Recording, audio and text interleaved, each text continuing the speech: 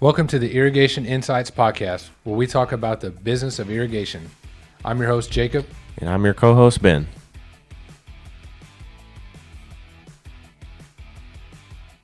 That sounds, guess we test it out. So, what was I saying?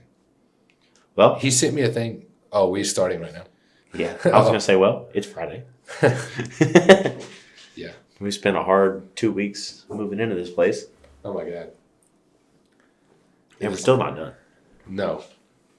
Yeah, we're late on the show. Yeah, did we miss this week's episode? Did we run out of backlog? Yeah, we ran out of backlog. Yeah, we don't have our beautiful green curtain anymore. No, it looked like... It looks a little bland. Yeah, it looks terrible, actually. We're in this gray cube. Yeah, we're working on it. It's been a rough week. We tried to prioritize the podcast studio, but it didn't really work that well. No, it's been a hell of a week. Yeah, now they can see our legs. Oh, yeah. Yeah, that's all right. We're working on it. We just had to get something out. Yeah, maybe I can get it edited and put it out tonight. Well, if we didn't have anything specific to talk about, like to, showcase how, because we got a friend of ours that decided to go to work for another irrigation company, and he got the good experience to learn what billable hours means. So, in light of his decision to quit within 3 days, let's have a discussion about working off billable hours. Yeah, it sounded good. What did they tell him? You get paid $48 an hour plus 10%? Yeah, no, plus 20%. Oh, plus 20% of sales. Yeah. That was until he found out a valve is like 30 minutes of work and they only charge $29. $29 a valve. Yeah, $29 a valve plus 30 minutes of labor. Yeah. Yeah. So he made $6 in commission on the valve plus whatever. That makes me want to. Yeah, whatever the billable hours are on 40. I mean, half an hour. I mean, oh, geez. Yeah, and made $26, I guess. Now, as a person that's worked in irrigation, that's worked as an employee, to me, that sounds awful. But I bet to a business owner, you're probably thinking, oh man, I could. The profit margins on that would be a lot easier for you. If I was charging more than $29 a valve, it would. Yeah, well, that system probably sounds better to you as if owner. you're doing billable hours. Yeah, because you could say, all right, well, we're going to charge $80 in materials for the valve, and then we're only going to pay 30 minutes in labor for you to change it. You're going to make the profit margin. It's okay. That's what it is. You're not going to make more, but your profit margins will be a lot better. You can make your profit margins better. You don't make as much, but your profit margins are better. Yeah, but I don't know. Even knowing what I know now, I'm already thinking. Well, my first question when I heard about that was, I think my really first question to Ryan or to you was, how are they tracking that? Yeah, that's another thing too. It goes back to the scoreboard thing. Like, how do they know what their profit margins are? Well, yeah. How are they tracking billable hours? What software are they using? ServiceTitan tracks billable hours. I know exactly how long they've been there. But even then, if I put that system in place, how many of our guys are going to I might as well just pay them hourly, because now they're just going to sit out there and take 2 hours to do a valve. Yeah, well, no, that's why it's billable hours, because they set how long it takes. Oh. That's all these companies are like, yeah, you get paid X amount of dollars per hour, and the hiring post. So they're setting the billable hours. Yeah, the hiring post looks wonderful, right? Because as an employee, I'm thinking, oh shit, $28 an hour plus 20%. It's a no-brainer, right? Then you get in there and they're like, yeah, it's $28 an hour on billable hours. You're like, oh, okay, cool. Till you get out there and their labor rate on their labor time on a valve or something is like 30 minutes or 20. You go do a head, it's like, 15 minutes or 5 minutes. Like that's the thing about billable hours. The company sets what each task should cost. That's like a true mechanic. Yeah, that's just like car mechanics. So like, And that's a lot of why, car mechanics is not bad either, because it's when you're working for a dealer, because, you get a car in, like say you got like a Toyota Tundra and it needs a motor, and the dealer's like, all right, this pays 15 hours. Then the tech works its ass off to get it done in like 8 hours. Mm-hmm. But a valve for 30 minutes, I mean, the best valve change I've ever seen was 5 minutes. Yeah, I was gonna say You'd have to do like 30 of those jobs a day, or the guy would have to have, you have to have like 15 zones to even make that time worth anything. Yeah. Yeah. You'd have to sell like our guys do and not make anywhere near that. Yeah, his prices are they're not, I don't know how he's profitable at all. Well, he's not profitable, I'm sure. Not very well. It's amazing how many people aren't profitable and copy prices. Like people, you always see people ask, well, how much are y'all charging? How much y'all charging? And then people give a price, and then they're like, oh, let me just be like 10% less than them. But the people that they're getting their prices from aren't profitable either. And now they're just going to be 10% less profitable. Yeah. It's a tough world for people out there getting a job, because you really don't know what you're getting sometimes with these companies. You really don't. Mm-hmm. Because like I said, when he hired onto this company, he's looking at, like I said, hiring post, $20 an hour, 20%. That sounds great when you're just looking at the job posting. Like, that's a no-brainer.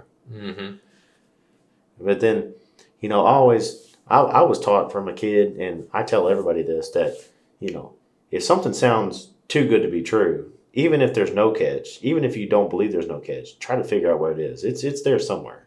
There's nothing for free. You don't get nothing for free in life. Yeah. You're pitching out somewhere. Yeah. You just got to figure out if where you're losing is worth the win. Yeah. Yeah. Do you want to run 20 service calls a day to make decent amount of money? You have the opportunity to make decent amount of money, but you're going to have to work, 15 jobs a day to get it done. Yeah, and they still only gave him 4. He was done by like 1 o'clock or whatever. Yeah, you're not making no money off that. Mm-mm. We got guys on salary that were pissed off about sitting around. Oh, yeah. And now they're all working. They're all bitching at me about it, but that's okay. Yeah, they're going to bitch no matter what. Yeah, they just need something, right? Yeah. And I can already tell the wheels of this chair are going to be in the video, so we got a lot of stuff to work out in here, but we had to get something out. Yeah, we had to get started. Yeah, we got to get one of those like little rugs to go on this table so you can't hear the chair wheel roll. Yeah. Like this. Yeah. I'm going to have to get a mat for the table. We got a lot of stuff to do, and it's empty in here. Yeah. But we don't need the studio lights anymore. No, I guess we don't. Yeah. That's pretty nice. So, well, we had that happen this week. What else have we had pop up recently that was interesting? I don't know. I mean, it's chaos right now. Even we're booked out 2 weeks, trying not to be. Yeah, that's a good thing to highlight. All these guys out here that are, the season's kicking off, and they're like, man, how do I get more leads? How do I get more leads? Maybe, and it took us, 2 or 3 years to come up with this solution. Sometimes it's not always about getting spending more money on Google or getting new leads.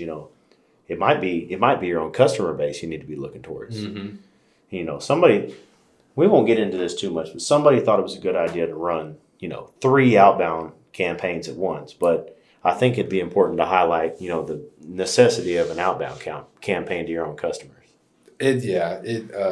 Maybe spread them out a little bit, but yeah, I mean, people always talk about like, I got 5,000 people in my database, 10,000. It doesn't really matter how many you have. If you're not engaging with them, then that database is useless. Yeah, everybody, like you always said, you're like, oh, I'm selling my company, I want X amount of dollars, and they're like, but I have 1,000-person customer base. Well, that's worthless. Mm-hmm. I would think you would get to keep maybe 100 customers off of that. Yeah.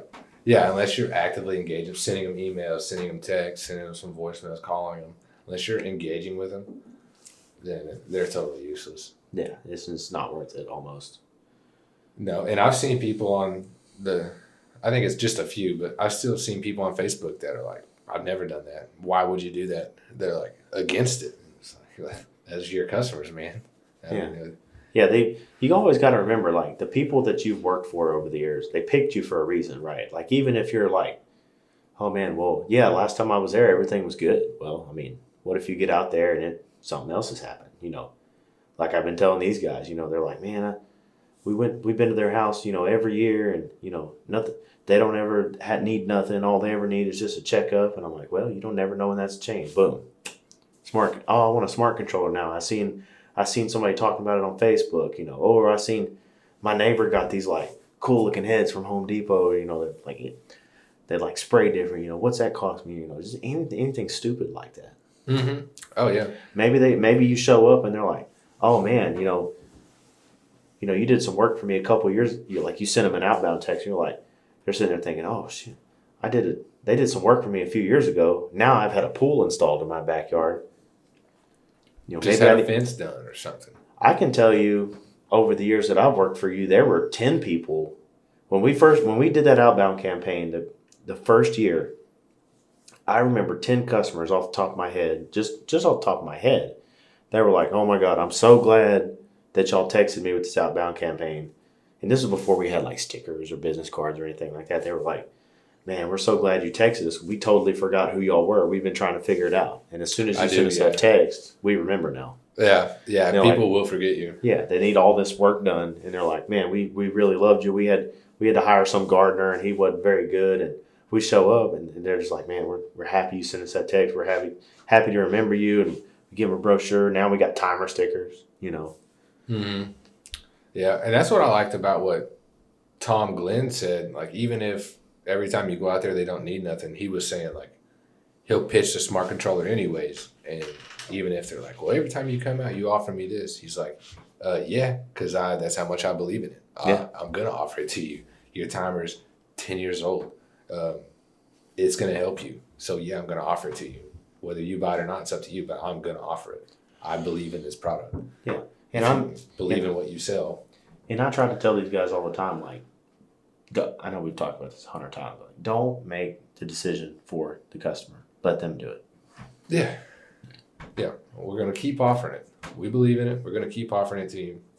You do what you want to do. But every time we show up, we're going to pitch it to you. Yeah, actually, it's in your favor for them to say, why do you keep pitching this to me? Like, yeah, that would actually be pretty good. Yeah, I keep pitching it to you because it's going to help you. Yeah. Like, no, do you need it? No, but you're going to like it a lot better and it's going to help you. Yeah. I mean, how many people do you know? I'd be interested to see a survey on this. How many people do you service that they have to take off a day of work because they're so busy? They have to take off a day of work just for you to get there. Like, how many people have you ever talked to that you're talking to them and they're like, yeah, I gotta go out there and set my controller for the season. Who has time to do that? Well, when I was in Canada, Kevin Battistoni did a presentation that said like only 35% of people have smart controllers. Yep. So that's a huge portion of people that still have to do things manually. Yeah. And what was the survey that said people go out there and look at their controller more than once? Oh, when I talked to the guys from Hunter, they said like nobody looks at their controller. Really. Nobody does. Nobody's looking at their controller. I can tell you, I can't tell you how many customers that I dealt with over the years that were like, yeah, they said it when they put it in, years ago, and I haven't touched it. And I'm like, so you've been running this thing year round for the last 3 years? Like, yeah. Yeah. Wow. Okay. Unless somebody else messes with it. Yeah. Unless they're like gardener or landscaper messes with it. But, that's just how people, and I've had this discussion with customers too, like, because nothing sucks more than to go out to somebody's house that doesn't need literally doesn't need anything, won't accept any of your sales pitches, that just want their controller set. Like, I've explained to these people, like, have you ever called your AC guy to like set your thermostat? I mean, yeah. And I try to tell people that, like, I don't mind doing it once, and we made those timer videos. We got a whole video list on our YouTube page to send And our customer website now. on our website. Yeah, Customer calls in like, hey, I got a controller. I need somebody to come out and set it. Okay, well, what if we send you a video from one of our licensed techs on how to set it? Would you be able to do it? And we send them that video. But trying to tell people like, getting to know that's how many people are like, they're like afraid of it. Like I've met people doing this job that they're like afraid of that thing. Yeah, they have no idea. They're not as comfortable with it as their thermostat in their house. Mm-hmm. And to us, that's all it is. Yeah. Like I've told people before that like they complain about service fees are so funny because everybody charges the same and everybody gets the same heat on them, right? Like people getting mad at me. You're gonna charge me $80 to come out and set my controller? Yeah. Why don't you call your AC guy one time to change your return filter and see how much that costs? Oh yeah. Yeah. All right, minimum 1 hour. We drive out there. It's like a 30-cent filter. Charge you, $89 for the filter. Oh yeah, 100%, if not more. Yeah. If you don't have one, he's gonna try to upsell you on a smart thermostat anyway. 100%. Yeah. Yeah. So I mean, in reality, pitching them is really, really the way to go because nobody knows how to use that thing. They all know how to use their phones though. Mm-hmm. Most people know how to use their phones. Especially when you tell them, like, when I get done setting it up, you don't even have to touch it. Like, especially if we're putting in like a raw shell, like, you don't even have to touch it. And if you're doing a hydro-wise with us, you don't even have to mess with it. We'll mess with it. We'll set it for you. We'll keep track of it. Like, you don't have to do anything. Yeah. Yeah. It's simple. It's a simple thing. It's, they're paying for convenience.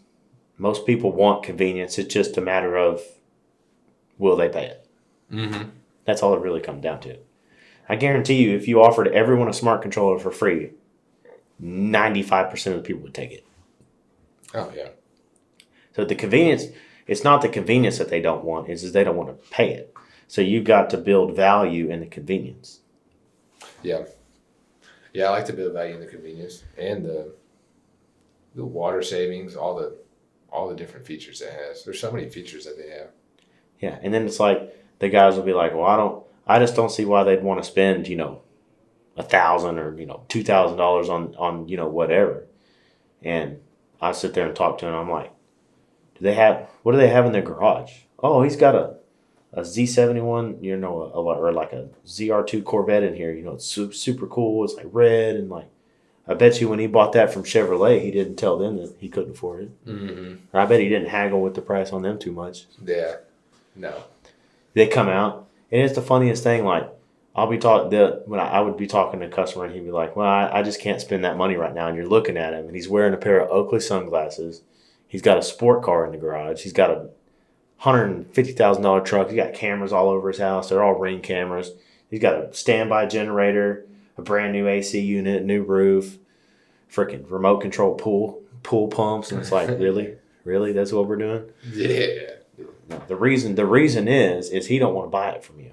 Yeah, he hasn't seen the value yet. Yeah. No, all those the pool guys, the AC guys, the people that sold him the sports car, the Ring, all those companies built value in their product. So he bought it without question. He bought it. Yeah, and that's what's interesting. Now that we're in here, we're in this new place, we got the leaderboard up. You can see who's showing value better. Yeah. We can send our top guys out there, and we know that they're gonna close deals, and their customers are happy because we got not only their average tickets, their revenue, but their surveys and what they're rated from the customers. Yeah. So when they dispatch to a job from our system, Service Titan says, "Hey, your technician's on the way." They give them a little biography, and they give them the rating. Like, your technician's rated 4.8 out of 5. Mm-hmm. Yeah, 4.8, 4.9. And the top guy's rated 4.9. So he's making the most money and he's the highest rated. Yeah.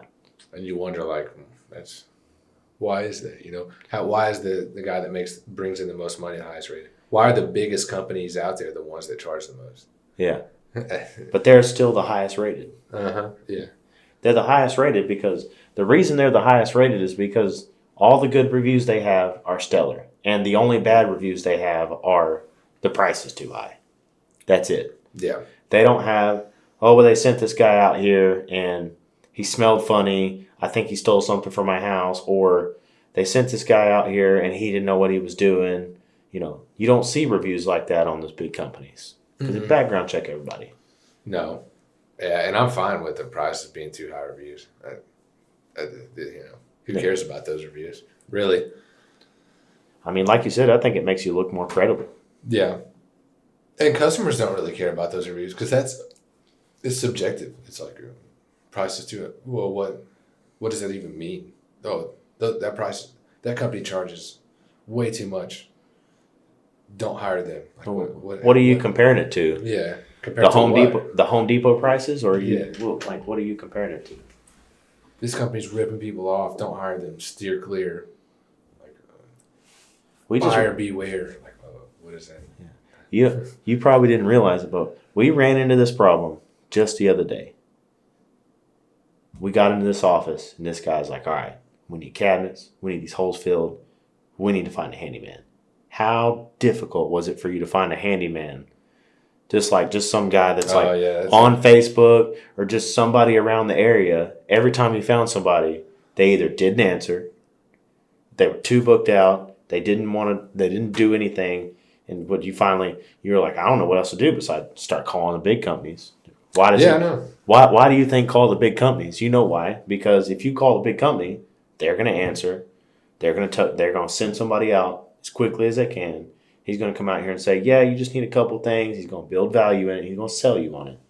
Yeah, I know. That's crazy. I keep running into that when I was looking for the backflow guy. I'm kind of a cheap ass sometimes. Yeah, I mean, we all are sometimes. But, yeah, we're moving into here. We need some work done. And I'm like, because I know how the game works. I'm not going to go to Google right away. I'm going on to Facebook looking for handyman because that's where the cheap guys are. It's on Facebook. They're not on Google. So I'm looking on there, and I'm finding all these guys. I'm calling them. None of them are answering. Maybe a few answer. Then they don't want to come out. They just want pictures. I send them pictures. They don't reply. A couple of them are like, yeah, I'm going to come out. I'll come out on this day. Nobody shows up, and it's just now I'm like, I'm going to have to call a freaking franchise. I'm going to have to call like a big business. Yeah. So if you're one of those people that are like, on that level of handyman where you're just one guy running around, you might think, oh, well, I'm booked out for 2 weeks. Well, what if you were booked out? You'd be surprised. Like if we looked at all the calls, one of the handyman guys you called that were too busy or didn't answer. Like if we looked at all the calls they got, if we took out the need for having an instant or soon availability, like if he answered all those calls and booked all those calls, he'd probably be booked out for 4 weeks or 5 weeks. Yeah, maybe months. If all of his marketing and stuff was right and he took care of everything, he could find another guy to work with him. And then boom, now we're down to only booked out for 2 weeks again. Oh, now we can hire somebody else. Mm-hmm. Now we can hire somebody to, take the phone calls, You'd be surprised how many people are already on that level and they don't even know. Oh, yeah, I know. It's incredible. You see it. I see it on Facebook all the time. The guys are talking about that they're booked out weeks at a time. And that's like the biggest red flag to hire. It's like you want to grow. You're a single guy. You're booked out 4 weeks. And you want to grow. You're already it's already time to grow. Yeah. Yeah. And and we know this. We still make this mistake. We're making this. Looking at our schedule being booked out for 2 weeks, we're making this mistake right now. The best time to plan for next busy season is now. It's busy season right now. You need to plan for next busy season now. This busy season's already set. Like we already know it's already set. By the time we hire 2 guys, it's already going to be, almost too late. Yeah, I know. I mean, we had brought in 6 people over the winter and only 2 made it through training. And we still don't have enough people. We don't have enough people. I just got off the phone with 2 more guys we're going to bring in and see if we can get them through training. We'll see. But yeah, I mean, even if both of them make it by the time it's March now, by the time they both get through training, it'll be a while, Yeah, it'll still be midsummer. We'll still be busy, but we won't be like beginning of spring, like everybody wants their stuff turned on right now busy. Yeah, it'll be too late. It'll be mid to late summer. So now the guys that we just hired will be our preparation for next busy season. Mm-hmm. So just no different than winter. We're probably already past preparing for this winter. Mostly. Yeah. Yeah, we pretty much know what we're going to do through the winter. Yeah. I just saw somebody else talking about that. He was saying, how is anybody supposed to make it when there's 4 months of downtime and you don't get any snow? He was like, he was pretty much saying like irrigation isn't a trade. We need to get into something else. Oh my God! Yes, I seen that post just earlier, and I was like, "What are you talking about?" Yeah, I know. I didn't even get to read all of it because somebody was calling me, but I seen the post, and he was like, "I think it's about time to like get into a trade," and I'm like, "You're already here." Yeah, I know you're in a trade. Yeah, did you not read the sign when you walked in? Like, yeah, but yeah, he was saying in the comments, he was like, "Well, how is it a trade if there's 4 months out of the year there's little to no work and there's no snow?" But that's what we deal with, really. I mean, it slows down a lot for 4 months out of the year. well, it slows down, but it don't stop. No, it don't stop. But It's gonna stop if you're. It's gonna stop if this is the beginning of our winter, so use whatever is the beginning of your downtime. The beginning of our downtime is about October, right? Or October, November-ish. If come October, me and you looked at each other and we were like, all right, let's shut this down and do Christmas lights until busy season. Like, if we just like focused on something else, yeah, of course we're gonna be in trouble here. Yeah. Yeah, I mean, it sounds like he's throwing in the towel, really. Yeah. I mean, or just freshly. I don't know how long he's been doing it, but I mean, I think you're right. I think it was a very fancy way to say he's quitting. Yeah. But that's what everybody deals with. And like I've said, we said before, you got to charge for the winter all summer. Yeah. If you're not, all these people out here charging $120 an hour, $150 an hour, like, it's not going to get you. You're only charging for where you are right now. It's not enough. The hard truth is that's not enough money. You're not charging for the winter time. No. It's just not. That's the reality of it. It's not going to get you through the winter. You have to be charging for the winter. We're charging, it's March. We're charging for December in March right now. Yep. All that time off is built into our price right now. Yeah, it has to be. I mean, just yesterday we were looking at our prices, running them through a matrix, and some of them aren't high enough, unfortunately. Yeah, some of them are not high enough, and we were looking at where do they need to be, and they were a little scary. It's like, man, how are we going to charge that much? They're already pretty high, but we're gonna raise them anyways. Yeah, gotta figure it out. Yeah, well, it's like, and people they're like, no, it can't be done, but it's not about it can't be done or that's scary. It's about we have to. You have to. If once you switch your brain into this is something hard to do with like technicians and stuff and employees, because the first thing the technician or employee is going to say is, I don't see how we can do that. You get somebody that's tracking ROIs, that's paying attention to stuff, like, man, we can't sell this like this. We've got to do something else. Yeah. Like how, again, it comes back to this, how does an AC company charge what they charge for a freaking capacitor? Yeah, right? How, You gotta, if you're gonna charge more, you gotta give more. You gotta figure out how to give more. Give more of something that doesn't cost you as much that you can use to bring the value in. Raise your price, raise your value. Yeah. Because if you just raise your price and don't raise your value, well, of course your customer's not going to see the value because it's not there. Mm-hmm. All the customer sees is, well, you're charging X for this when last year it was this. Now, what's happened?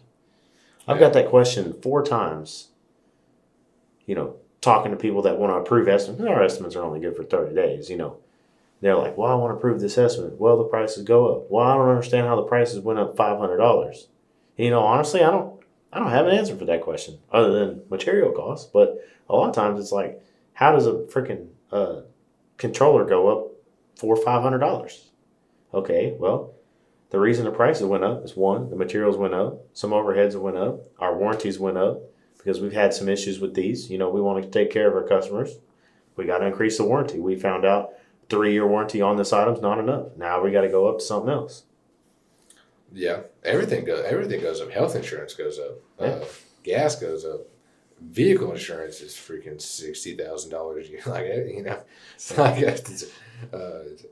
everything goes up. When everything goes up, that timer goes up. People, it's so hard to get people to understand. Like, they just think like, you know, they think about inflation and prices go up and they're like, people don't understand, like, the consumer is the one that pays that inflation. Like, we don't pay that inflation. No, we don't. I mean, yeah. We do pay the inflation, but we have to transfer it to the consumer. Yeah. Just like every other company, they're like, okay, well, this has went up. Now we got to go up because we got to transfer it to the customer. Otherwise, we're not here. Mm-hmm. Yeah, 100%. It all just gets passed down. People just think, oh, the price of this has went up. Whatever. Nobody cares about the price of metal until they find out they need a backflow and that the price is expensive. They're like, why is it expensive? Well, everything went up, so it got transferred to you. Congratulations. Yeah. Yeah. You know. Yeah, everything's going up. So many people don't understand that. No, and they also think they just think that, oh, well, I can buy this for $300 on Amazon and it only took you an hour. Why is your price freaking 8 times more than this or whatever? You're paying for a convenience, you know.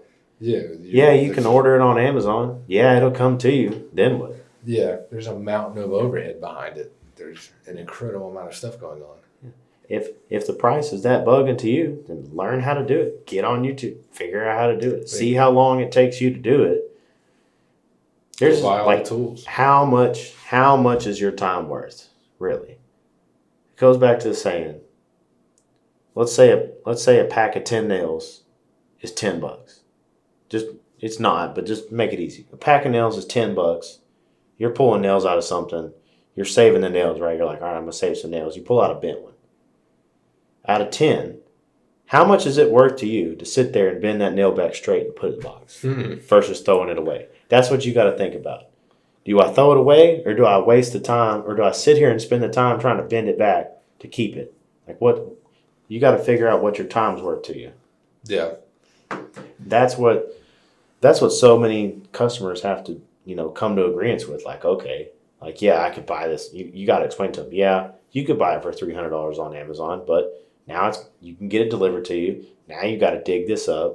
So now, whether you were already, you know, this Saturday, now instead of taking your kid to soccer practice or going out, you know, with your friends or going to play golf or whatever you do, now you got to set out a Saturday.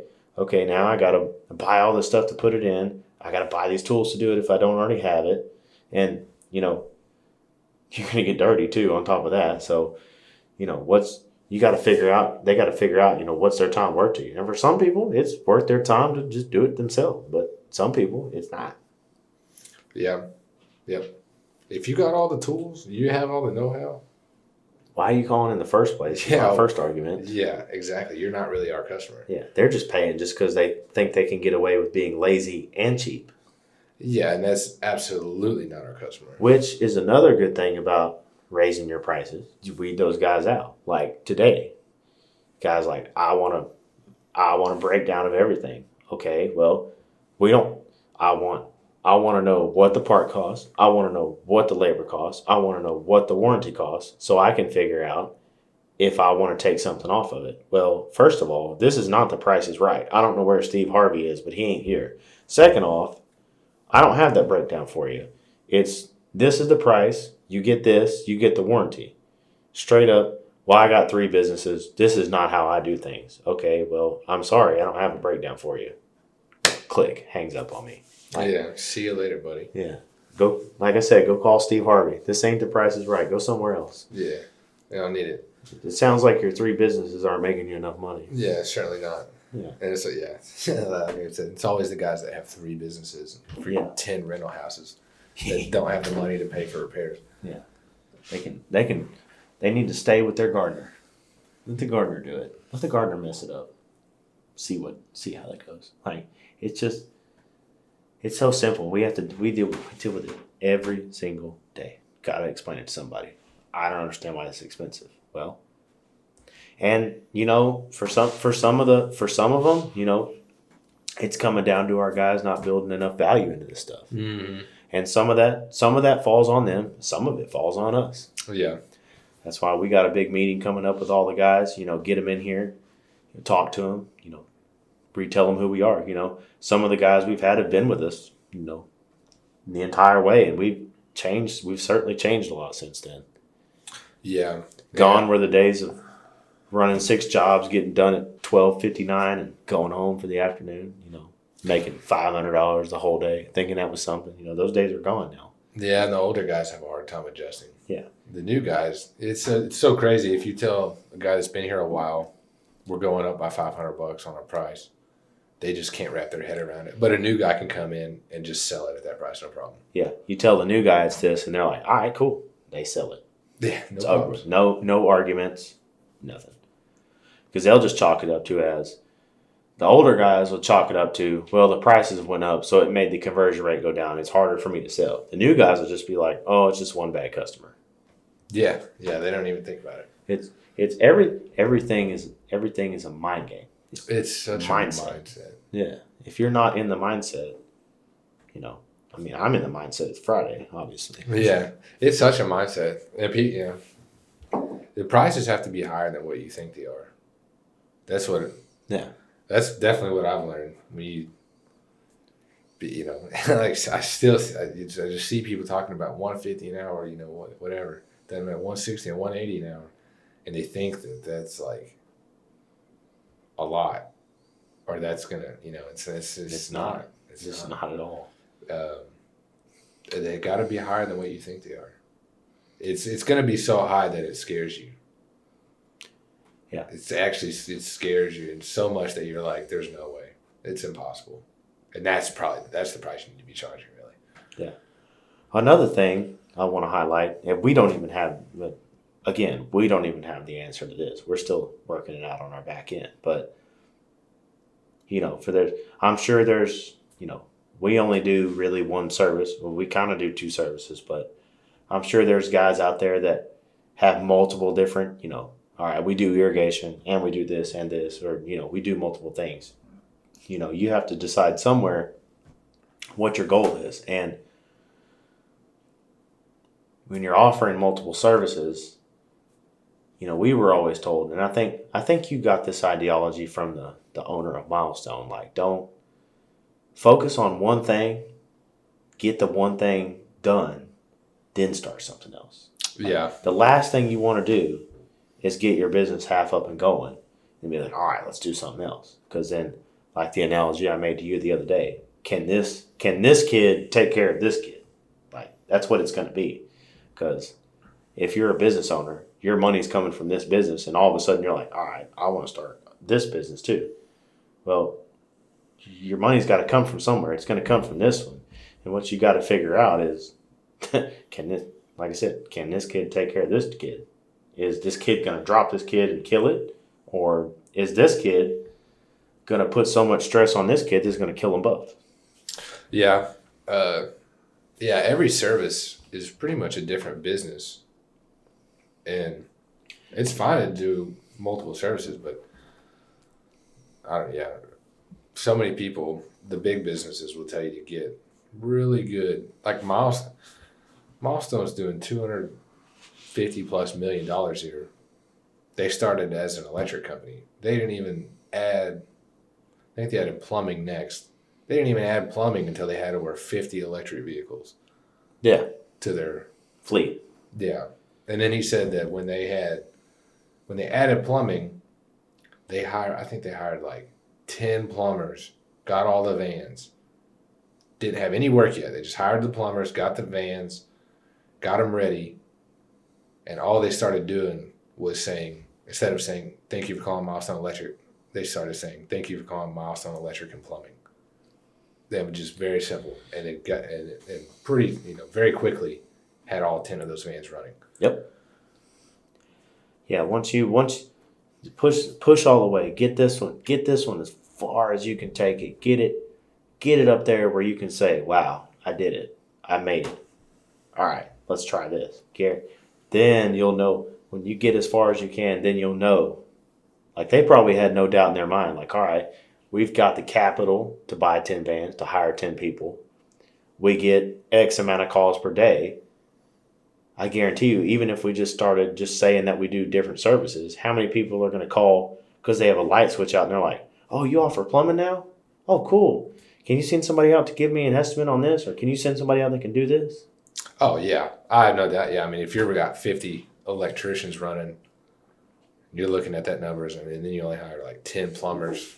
That ratio is so skewed. Yeah. So you can fill that up quickly. They probably didn't even have to, run Google ads for that in the beginning. They probably just got that off of their own customer base. Yeah. Yeah. I mean, they were the dominant player in the electric game. I mean, that's where you want to be. Yeah, I just don't get the idea. I've just never been to be like, well, I mean, but I started out that way where my first business card had like freaking every service you could think on there: mowing, landscaping, tree trimming, sod install, all of it, just everything on there. Yeah. And how well did that work? Oh, dude, like half the stuff I never even did. Pressure washing, dude. I only did that like once, and I had that on there. Yeah. Sod install, I did like a few times. Yeah, I did like hardscaping, masonry work, for flower beds. I did that like once. You just can't. You're doing too many different things. You're not known for anything. We wanted to be known for one thing. That was always our route. I want to be known for one thing. Yeah. You'd be surprised how doing less can give you more. Oh, we take that route not only with just what services we offer, but I mean, if you're booked out 4 weeks and charging $150 an hour, how about you charge $300 an hour and be booked out 2 weeks, and you make twice the amount of money off half the work? Yeah. Or no-brainer. It's a no-brainer. Or cut it out. Instead of 2 weeks, you're only booked out a week. You got to just work half the amount of time, make double the amount of money. Well, like always, we're just here to try to get everybody to get up on the same page. If you're sitting there, you're sitting there on Friday, you're sitting there and you've worked all week, you're trying to figure out how you're going to achieve your goals. It's just you got one truck all by yourself. Maybe it's time for you to look inside and see if there's a change. Yeah. I think I might have questions. Keep going. I'm going to read this question. Oh, that was it. Oh, shit. I was hoping you can fill this dead space. I do have a question here. I just got to read it. It's a freaking long one. God. Let me see that. Here we go. So here's what we're going to do. I'm just going to read this whole thing, right? Because this episode, we don't typically have scripts, but we at least, have an idea of what we're going to say. Yeah. But today, it's been busy. Season just kicked off. Somebody ran all of our outbounds at once, so we've been flying off the wall. So we've been hitting the bottle a little bit. So we're just going to read it, right? Just wanted to say I love the podcast. So glad I found it. I'm in Minnesota, and I've been interested in irrigation and landscaping lighting for a while. I got my power... Oh, sorry. Jameson. I got my power limited technician license last year. I guess that's something they need in Minnesota, because here we just have a irrigation license down here. That takes 6,000 hours to get the required experience, and you have to take a test. Anyways, listen to you guys really opened my eyes to charging the right amount per hour by including 12-month growth and gross profit. Also, at your recommendation, I got Dan Anatelli's book. That's a good read. Mm-hmm. Definitely a good read. Speaking of reading, He read it about branding. Definitely want his firm to do my whole brand, including name and tagline now. A little pricey, which, I mean, for the service that he's offering and all the things you're going to get, it's an investment. You got to think about that too. Is it pricey? Yes, but you got to think about it as an investment. $36,000. Yeah, but I don't think there's a better way to start a new business, and the return on that will be massive. Currently working on a business plan and running numbers to see how we can use the same growth pricing strategy in Minnesota with a shorter season. Keep up the great podcast. Excited for more episodes, Eric. So what was the actual question? There wasn't a question. Oh, he just wanted to say thanks. Oh, okay. He's talking about a shorter season or something. Yeah. Well, he's saying he's working on creating a business plan for a shorter season. Is what he's saying. Yeah, dude, he's got to freaking build that price into. You got to take into account off time. When we built out our hourly rate, we charge flat rate, but it's based off an hourly rate. So I mean, if you think about this way, if he's got a shorter season, right? What did we do? We did this one year, right? We were like, all right, it costs for us to have this going on, this many guys here, for what we want to spend. We're running out about X amount of dollars per month. You get into the slow season, you're like, man, you got to save a bunch of money over the summertime, right, to be able to pay for this. But then it's like you do that a couple years, and you're like, and it kind of really sucks when you go all year, or you go through your busy season, you save up all this money, and you spend it all over the wintertime. So it's like kind of like you broke even almost, or you made just a little bit. You got to invest more in your business, but you didn't really get to keep anything, right? So then it becomes the next big thing, which would be one of the things that I would actually suggest a company with a shorter season do. Memberships. Monthly reoccurring revenue. And we have now figured out, based off of your garage door guy strategy, there's two ways you can do this. Come up with a membership that's good, that's a decent enough price, that has enough value built into it, where when somebody hears it, they're like, absolutely, why would I not do that? Or, like you said, if you'll start upselling, and getting your prices up, you're going to start getting a lot more, well, I don't have that much money. Okay, well, how about you do this? How about you offer in-house financing? Yeah, you won't get the payment on it, but if you're talking a bunch of MP rotators, some leaks, some valves, and a smart controller, you're anywhere from $3,000 to, you're in the $3,000, $4,000, $5,000 with all this stuff, with labor and everything. If you get them on a 12-month financing plan or 24-month financing plan, boom, that payment's hitting you every month. It's reoccurring revenue. Mm-hmm. It's something that can help you carry through the wintertime, because that's going to be a monthly payment, and that monthly reoccurring revenue adds value to your business. Yeah, and most of the guys, what I learned in Canada was most of those guys have service agreements already, because they're doing winterization. So it's really easy for them to sell service agreements, because all of the winterizations and startups have to be done. Down here, you don't have to do it necessarily, but you absolutely have to do it up there. So it's easier for them to sell service agreements. But another thing I learned was Miles was the only one charging monthly for it. He would offer monthly or annually. Everybody else was annually. And I was like, I'll break that out monthly, man. Yeah, you're getting one payment, and you're seeing that hit you, and then you're investing it. If you have the monthly revenue, that's what's going to show value in your business. Break that stuff out to where the wintertime doesn't hurt you as bad. Yeah, and their service agreements, they're charging decent amounts for the winterizations and for the blowouts and the startups. They're like $500, $600, $700, depending on how big their system is.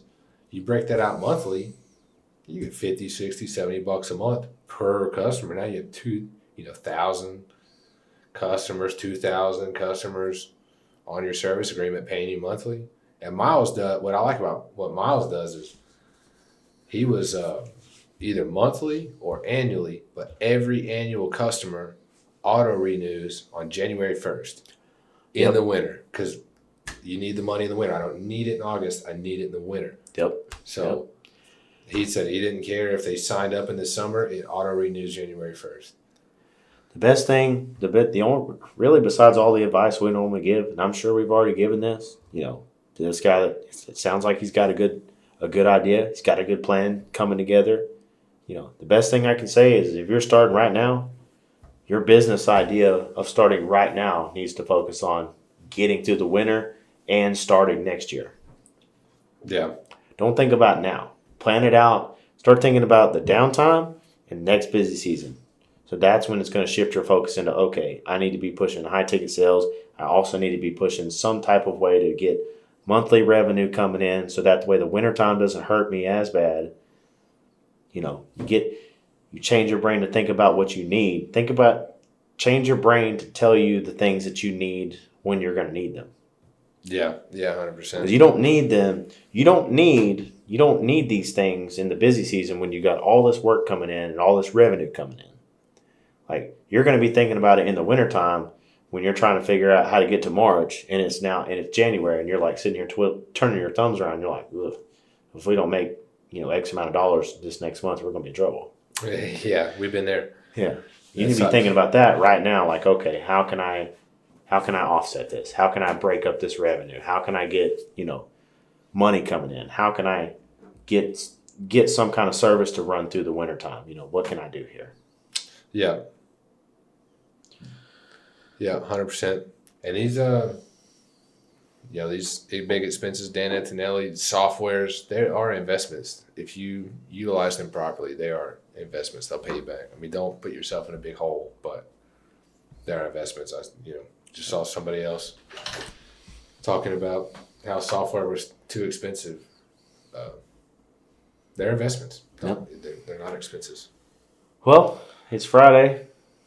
We're in the office. We got our first episode down. Yeah. I think like and subscribe. Send us questions. If you want to be on the show, let us know. And we're going to close out this Friday. See you next time. See ya.